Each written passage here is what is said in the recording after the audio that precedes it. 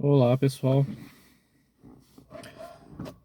Vamos de novo falar sobre esoterismo gnóstico. Ah, eu me chamo Cristiano da Silva e o tema então será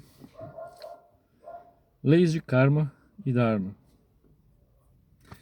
É uma conferência muito importante que era dado no antigo movimento gnóstico para compreendermos as leis da natureza que regem a vida de nós seres humanos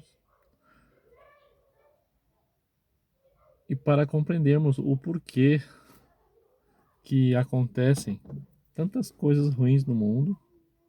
Quais são as causas do sofrimento humano? Por que pessoas nascem em berço de ouro? Por que pessoas adoecem muito jovens? E outras gozam de uma saúde plena até o final, até a velhice. O porquê dessa diferença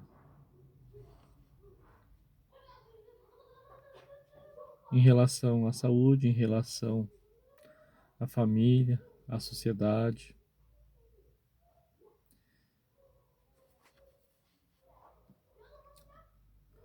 Então, ah, essa conferência vem a esclarecer.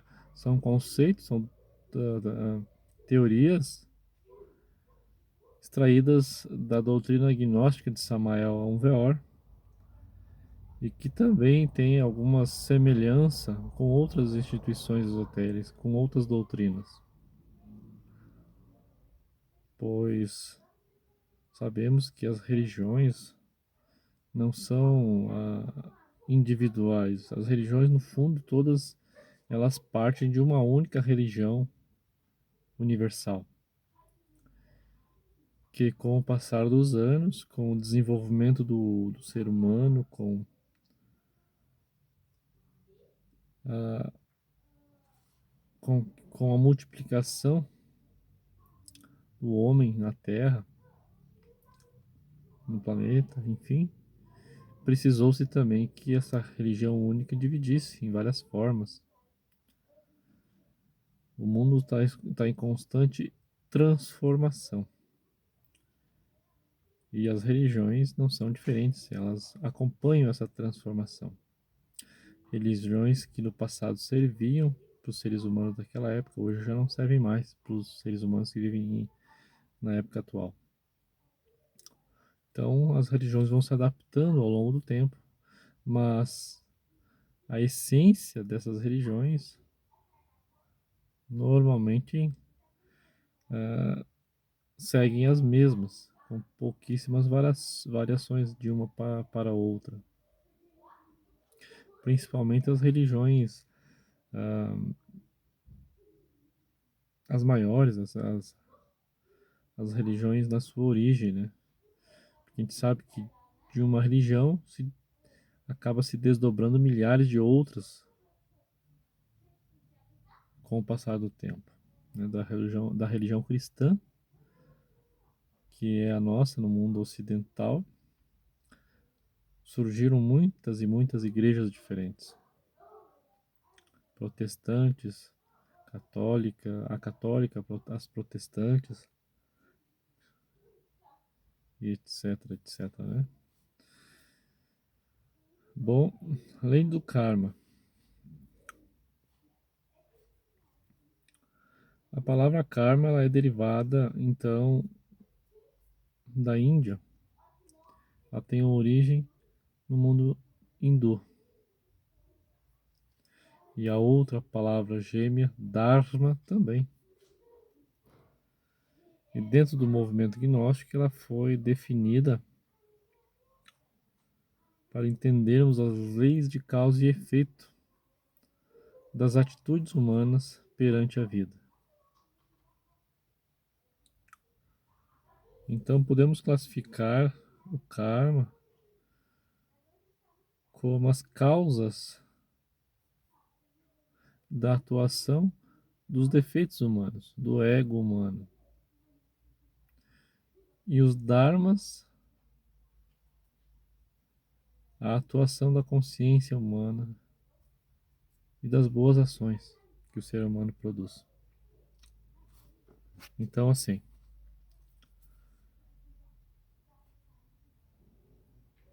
os 97% de defeitos de ego, de agregados psíquicos, que definem a psique humana no seu aspecto tenebroso, no seu aspecto ruim, e representam todas aquelas maldades humanas que a gente vê pelo mundo e que a gente vê dentro da gente mesmo: a cobiça, a ira, a preguiça, a gula, a vaidade, a inveja, a maledicência, o ciúme,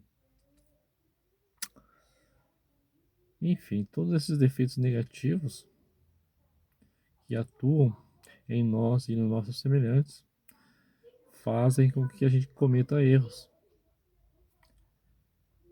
E esses erros eles trazem consequências para nós e para as pessoas próximas. E essas consequências então a gente chama de karma. E o karma ele é normalmente ele é pago com dor e com sofrimento.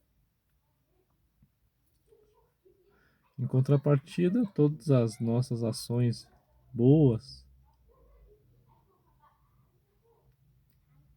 né, se somos bons pais, bons filhos, se somos bons cidadãos, se quando a oportunidade de ajudar alguém, de ajudar alguma família surge, a gente realmente ajuda, estamos aí recebendo, ou melhor dizendo, estamos acumulando Dharma para tempos futuros. E aí, quando chegar a esse tempo, a lei divina, a natureza, nos paga esse Dharma com, com uma vida confortável, com boa saúde e etc. Ah, e o Dharma, o Karma, melhor dizendo, ele se divide. O mestre Samael dividiu o Karma em alguns aspectos, para entendermos melhor esse conceito. Ele separou o Dharma em Dharma individual, Dharma binário, tem o Dharma coletivo, tem um Dharma chamado Dharma Saya, que esse Dharma Saya provavelmente é um termo sânscrito também, que vem da Índia. Dharma Saya, Karma Saya, perdão, eu estou confundindo aqui os termos. Tem o Karma Saya, tem o Karma Duro e a Katância. E vamos explicar aqui um por um para entendermos. Então, o karma individual é aquilo que nos toca pagar individualmente, doenças, sofrimentos individuais. Hum, Podemos citar exemplos simples que provocam karmas individuais, dívidas com a natureza.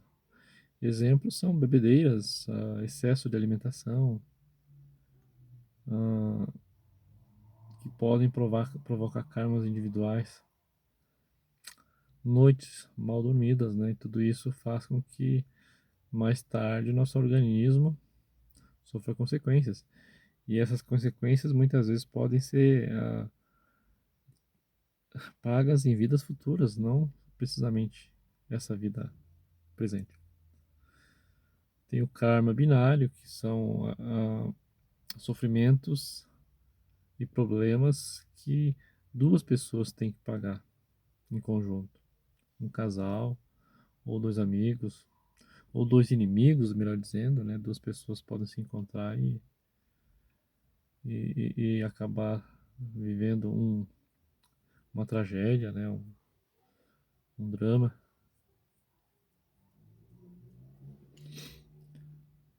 duas inimizades. Então aí está o karma binário. Tem o karma coletivo, que são karmas de grupos de pessoas, sei lá, um exemplo, um grupo de pessoas vai em viagem, vai viajar um ônibus, esse ônibus, por uma fatalidade ou pela lei do karma mesmo, né?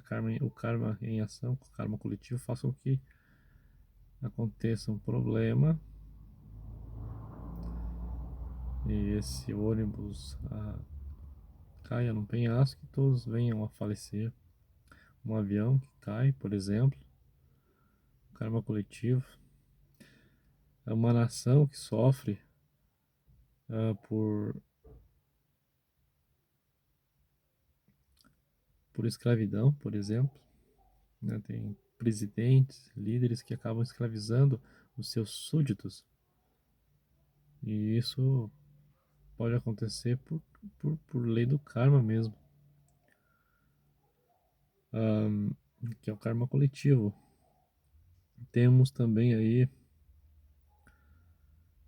o karma saya, que eu citei, que é sânscrito, vem do sânscrito. Samael explica que o karma saya tem extrema relação direta com o karma sexual, com o abuso da energia sexual. Pessoas que abusaram do sexo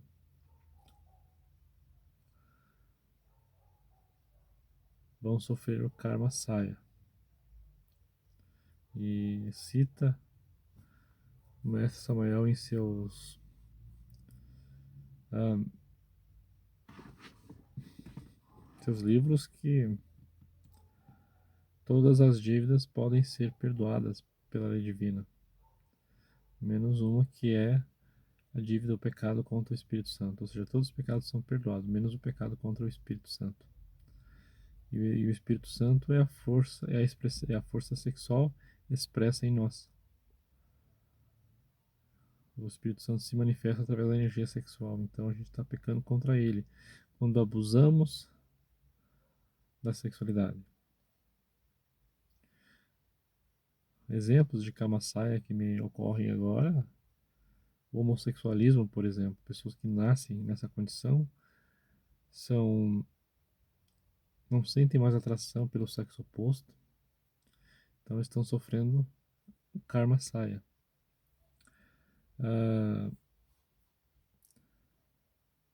Tem a lei da catância, não, perdão, o karma duro. O karma duro é aquele karma que quando ele começa não tem como voltar atrás. Doenças assim terminais que acarretam o corpo das pessoas, que não tem recuperação, que não tem tratamento que resolva,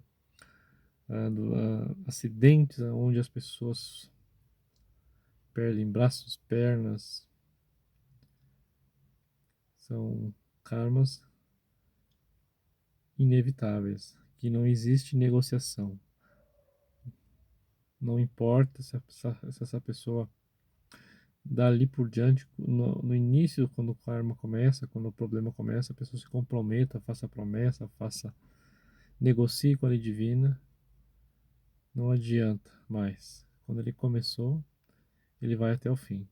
É um karma que não, enquanto ele não terminar, enquanto aquela dívida não foi quitada, não tem como pará-lo. E a catância é um tipo de karma ah, ah, que quem contrai normalmente são os deuses, os mestres, os, os homens autorrealizados, os anjos, os arcanjos, que para nós, hoje em dia, é muito difícil compreender como os anjos, como os mestres podem cometer erros, sendo que eles têm consciência desperta, sendo que eles têm um grau elevadíssimo de sabedoria.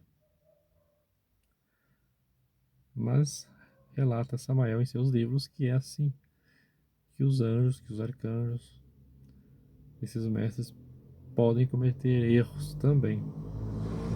Claro que seus erros são em níveis galácticos, vamos dizer assim, em níveis de humanidade, de planetas, erros técnicos normalmente.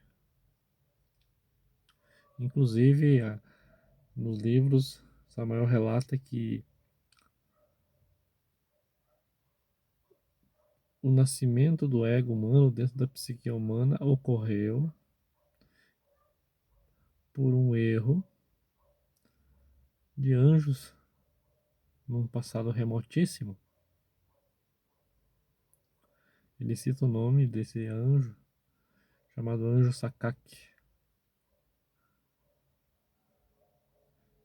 O Anjo Sakak e os seus discípulos, a sua comitiva, vieram para o mundo Terra, para estabilizar a Terra que vivia instável ainda. O corpo físico dos seres humanos ainda não conseguia viver no mundo sem sofrer danos. Aí acabou-se criando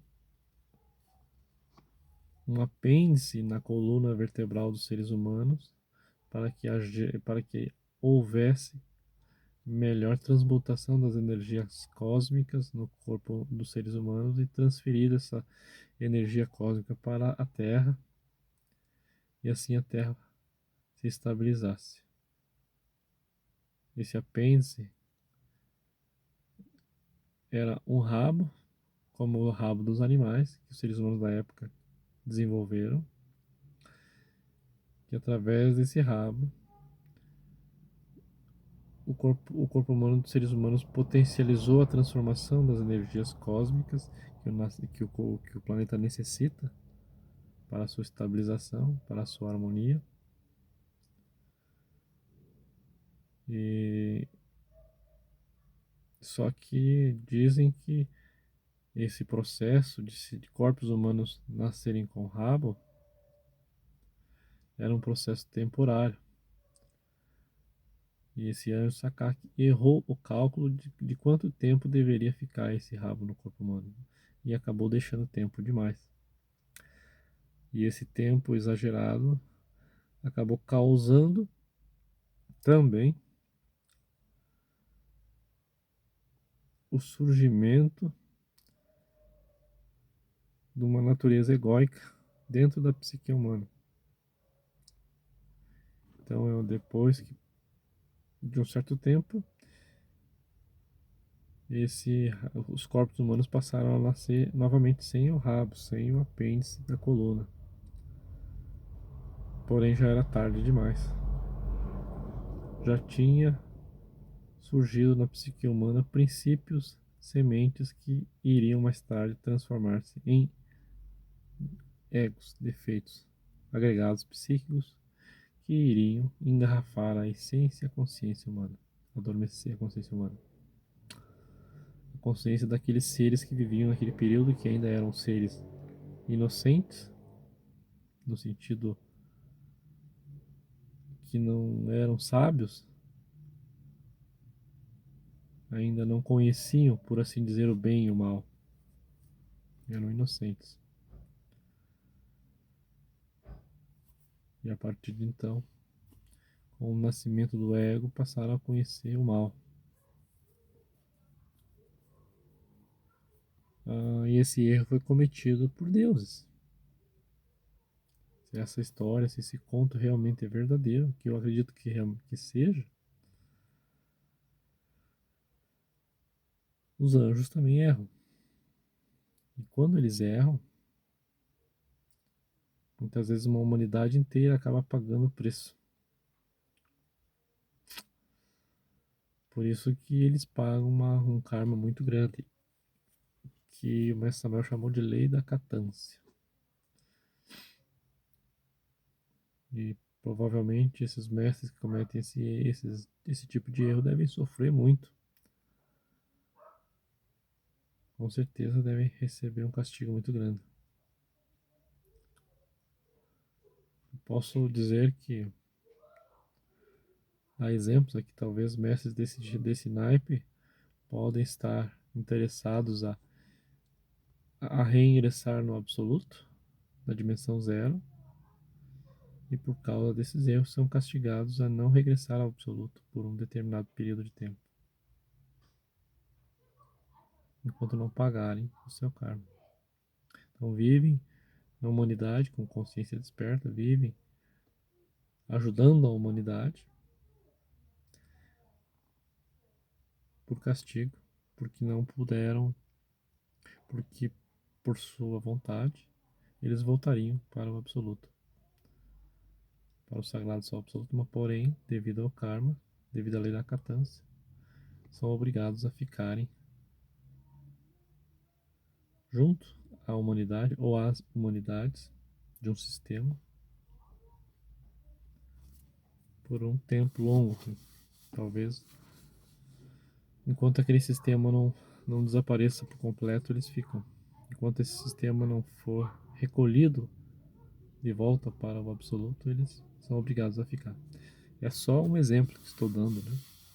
Não que necessariamente seja assim, mas pode ser. Então, e a lei e o Dharma que eu falei antes, o Dharma são os pagamentos que a lei divina, que a natureza interna e externa nos pagam pelas boas ações que fazemos, tanto às pessoas quanto a nós mesmos. Pois quando a gente faz obras de caridade, ajuda parentes, ajuda amigos, dá bons conselhos, recebemos isso de volta em vidas futuras. Existem dois tipos de Dharma, assim, bem definidos. Tem o Dharma material e tem o Dharma espiritual. O Dharma material, então a gente recebe todas as ações boas no nível material, no nível físico, né? Quando somos caridosos, quando ajudamos, quando somos cooperativos em grupo, isso traz bênçãos futuras. Recebemos isso em troca em bens materiais também, né? E tem os bens espirituais, ou seja, quando ensinamos outras pessoas a como despertar a consciência, quando indicamos livros que ensinam a doutrina esotérica, ao despertar a nossa consciência e influenciar pessoas ao nosso redor e talvez nações com o despertar da nossa consciência, isso traz em benefício nosso dharmas espirituais, ou seja, facilitações para que a consciência desperte ainda mais. Pois temos casos de mestres que foram beneficiados justamente porque se sacrificaram pela humanidade. Cristo, Krishna, Buda, Confúcio, Hermes Trismegisto, muitos mestres aí que ficaram conhecidos. E eles só conseguiram chegar a esse grau de sabedoria porque, em conjunto com o seu trabalho de despertar da consciência, em conjunto com a prática dos três fatores que eles tiveram que praticar, e um dos fatores é o sacrifício pela humanidade, ou seja, eles deixaram atrás de si uma influência muito grande, além de conhecimento, para que outras pessoas pudessem também despertar e ir em busca, ir em busca da sua autorrealização.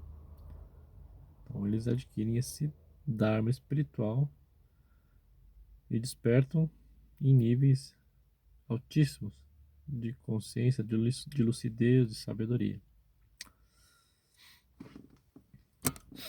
devido ao Dharma,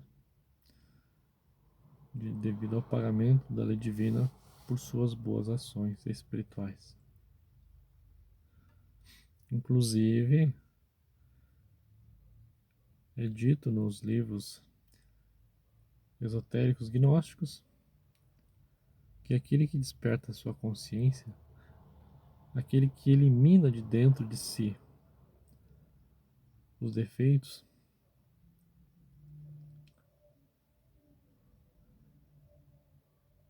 o karma, por exemplo, aquele cidadão que conseguiu destruir o ego da ira, todo o karma provocado em consequência do ego da ira podem ser completamente perdoados pela lei divina. Então, se eu eliminar em 100% o meu ego, meus agregados psíquicos, despertar a minha consciência em 100%, toda a dívida que eu tenho com a natureza, comigo mesmo, com Deus, com meus semelhantes, com as pessoas que eu tive em contato e as magoei, as fiz sofrer, e eu teria que pagar nessa existência ou em existências futuras, ou nos mundos infernais, a lei divina pode vir a perdoar todos essas dívidas, devido ao esforço de ter eliminado dentro de si os defeitos que causaram essas dívidas. Então, isso é importante sabermos, pois o esforço para despertar, o esforço para trabalhar, o esforço para conquistar a autorrealização íntima do ser fará que todos os nossos sofrimentos presentes e futuros sejam anulados, sejam perdoados e possamos viver felizes, no sentido bem completo da palavra.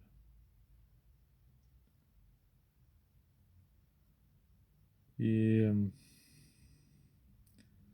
em relação às duas termas, as duas palavras karma e dharma, a gente tem que lembrar da imagem de uma balança para compreendermos bem. Então toda balança tem dois pratinhos. De um lado, vamos botar que de um lado está o karma, que são as dívidas. No outro lado está o pratinho do dharma, que são os prêmios, né? E conforme vamos vivendo, um prato pende mais do que o outro, né? Se o prato que tem karma se torna mais pesado e o lado de dharma mais leve, então sofreremos consequências nossa vida presente e futura, nossas próximas reencarnações, pagaremos muito, sofreremos bastante, teremos problemas de todo tipo. E se trabalharmos ajudando outras pessoas, trabalharmos difundindo o conhecimento esotérico, trabalharmos em nós mesmos para servirmos de exemplo, para que outras também façam esse trabalho, o prato do Dharma começa a ficar mais pesado, até chegar a um ponto em que o Dharma se torna maior do que o Karma. Aí é que entra a lei divina, os mestres, o nosso próprio ser interior profundo e cancela completamente nossos karmas.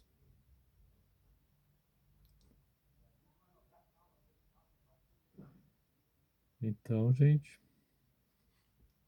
espero que vocês tenham compreendido que o karma pode ser cancelado, pode ser negociado através das boas ações. Até mais a todos, até o próximo vídeo. Paz inverencial.